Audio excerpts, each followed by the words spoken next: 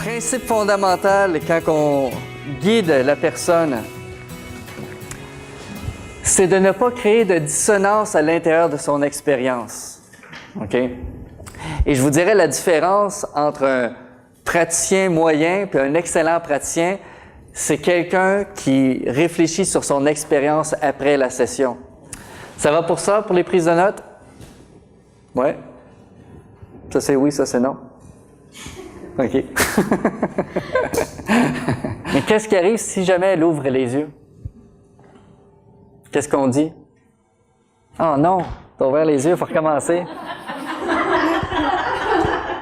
Je donne l'analogie, c'est comme quand tu marches avec un enfant dehors, puis que l'enfant trébuche, c'est quoi le premier réflexe que l'enfant fait quand il tombe à terre? Il regarde la mère, il regarde le parent, savoir comment réagir. Si le parent est là, ah! Il y a plus de chances que l'enfant parte à pleurer, mais si le parent dit « Ah, c'est correct, relève-toi. » Ah, OK. Même chose avec les clients. Ils sont toujours en train de regarder comment nous on réagit. C'est nous qui définissons la réalité. Et ça, ces phases-là, je vous invite vraiment à le pratiquer à la maison, puis peut-être même devant un oreiller ou sur un oreiller. Vous allez voir, vous allez très bien dormir sur l'oreiller le soir. Parce que si la personne est, par exemple, sur un champ de bataille en train de se battre, puis là tu dis porte ton attention sur tes pieds. Qu'est-ce que tu as dans les pieds? La personne dit je m'en fous. En fait, toutes les émotions ont un message. OK? Par exemple, la tristesse. Quand est-ce qu'on a de la tristesse? Quand on a perdu quelque chose. Et on n'a pas de tristesse autrement que ça. Ça peut être perdu quelqu'un, ça peut être perdu de plein de façons, mais il y a une perte à quelque part. OK? Et c'est là la tristesse. La colère. Quand est-ce qu'on a de la colère? Injustice, de façon générale, qui est reliée aussi.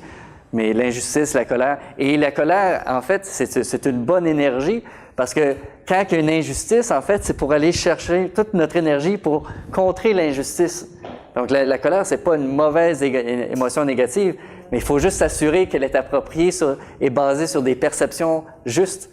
Parce que si on interprète quelque chose comme étant injuste, mais c'est pas injuste, mais c'est là que notre comportement n'est pas adapté. Et nous autres, on doit être disponible à recevoir ça.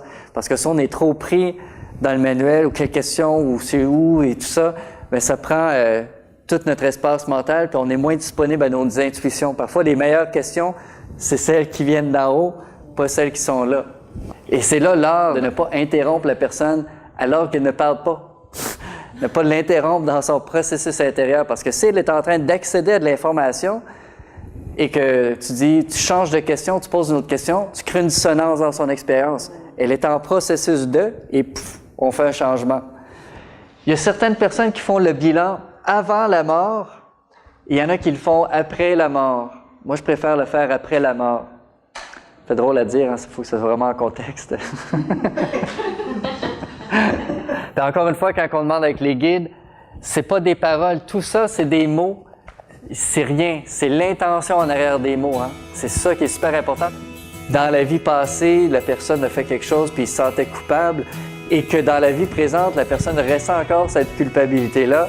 Bien, c'est très thérapeutique de pardonner à qui il a été dans la vie passée parce que c'est un pardon à soi, en bout de ligne, hein, qui s'effectue.